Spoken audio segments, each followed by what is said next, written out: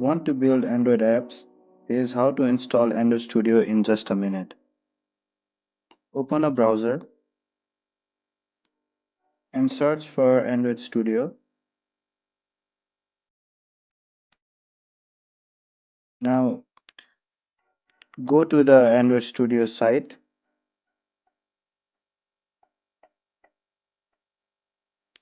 and here you can see the download option. Click on it, and now you can accept the terms and download Android Studio.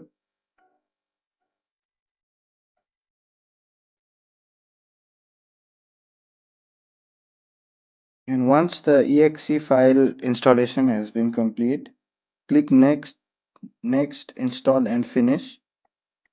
And after that you can launch Android Studio and click on standard installation and let it set up.